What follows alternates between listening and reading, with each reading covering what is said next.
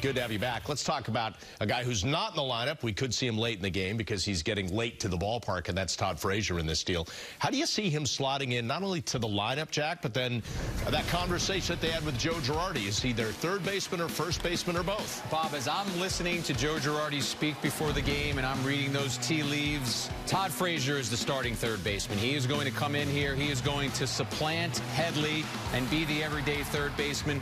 Ignore the 207 right there. This guy's better than a 207 hitter. He's got 12 home runs in his last 46 games, an OPS of around 900. Here's all you need to know. The Yankees have gotten 4 home runs out of their third baseman this year. Frazier has hit the most home runs of any third baseman since 2014, so that's why the Yankees go out and get him. I think he becomes the everyday third baseman, and I think Headley and Cooper become your platoon at first base. And when you look at Headley's numbers versus left-handed pitching, that makes sense. Hits 280 against lefties, hits about 200 against righties. And by the way, we've seen him play first. No problems over there. Doesn't look like he has any problems defensively. Yeah, and he talked about that after the game last night, that he wanted to get some more reps and wanted to be able to go out there because you just don't want to go out there without having done it very often.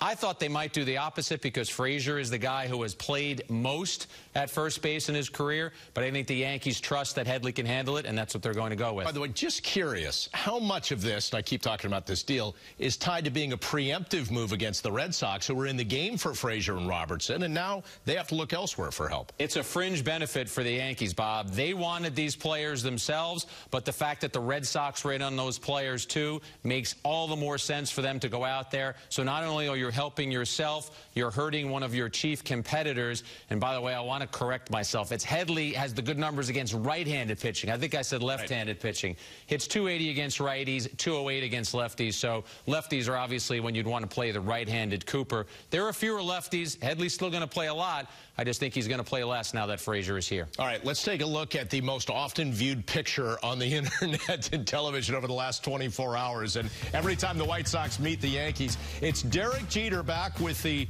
Little League World Series champ from Toms River, New Jersey in 1998.